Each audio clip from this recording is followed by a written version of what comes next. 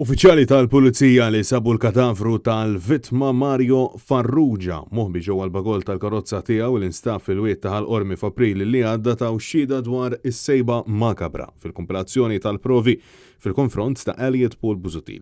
Surġent tal-Pulizija stazzjonat San Ġiljan qal li dakinhar li sar ir-rapport huwa kien ġurnat imur fil-fond tal-wiet bħal-Ormi fejn hemmhekk flimkien ma' żewġ uffiċjali oħra sabu Peugeot 407 ta' kulur gris ipparkjat. Mal-wasla tagħhom ma kien hemm xejn ta' suspett iżda kompla jgħid li jekk kif inbidlet id-direzzjoni tar-rieħ dew ixommu riħa qawwija ta' dekompożizzjoni. Wasa illi kollox kien jindika li r-riħa kienet ġejja mill-bagol tal-karozza li ma' post kienet jatira wkoll qatt ta' dubbien.